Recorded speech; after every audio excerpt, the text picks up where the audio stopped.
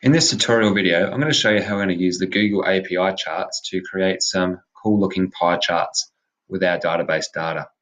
So I have my school extracurricular database sitting over here with my nominations and activities table. And as you can see, my nominations table is full of information. We have our gender, first, last, year level, and the activity. This is cross-referenced through a relationship with our activities over here lining up with the activity names. So what we need to do to create our data to make it look a bit like this as on screen, we need to do some queries of our data to summarize it into our categories. So for gender, we need to get a count of the males and a count of the female data to be able to display this. So if we jump into our code, I've started up a new file called graph.php, and we have our normal HTML set up first with the body tag and so forth. And inside our header, I'm doing our scripting. So to begin with, we're going to connect to our server as we've done in previous videos. And the first step is to run our SQL queries to get that data from the database. I'm going to use a count feature within my SQL query to count the genders of each type and group them by gender using this line here. So select the gender, so M or F, and then I'm going to get a count value and save it as an alias called count, which is going to help us reference it later down the code from the nominations table, and I'm grouping by the data, by the gender. Next thing we need to do, and we need to do this exactly right, is we need to load the script in JavaScript for the graph files from the API.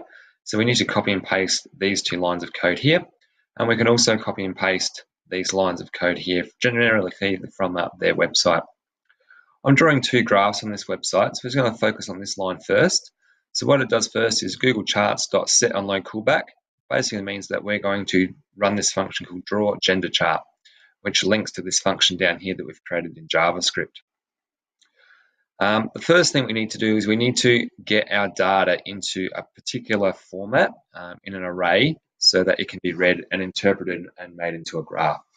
Now, because we don't know sometimes how much data we might be pulling out and how many items we might be selecting, we're going to use PHP. So I'm going to start a new PHP tag in here, and I'm going to use our regular way of displaying data that we've fetched from the database, but I'm going to add in some extra syntax along here. You might need to study this carefully, but we're basically putting an end or start and an end array bracket in there, some commas and some apostrophes as well. So you just need to copy this really carefully as you go through that. And what this is going to do is to dynamically write out the JavaScript code into the file using the values that have been stored in this result gender file from the query.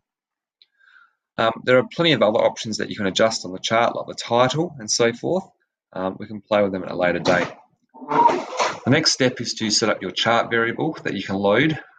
This represents the HTML element pie chart, which we set up down in our body element of our tag down here. So you can see that the pie chart has its own ID, and that's where we're going to output our chart into. So it draws our chart as the final step, and we can see that through all those steps, if we jump back to our web page, we can see that the gender graph has been created.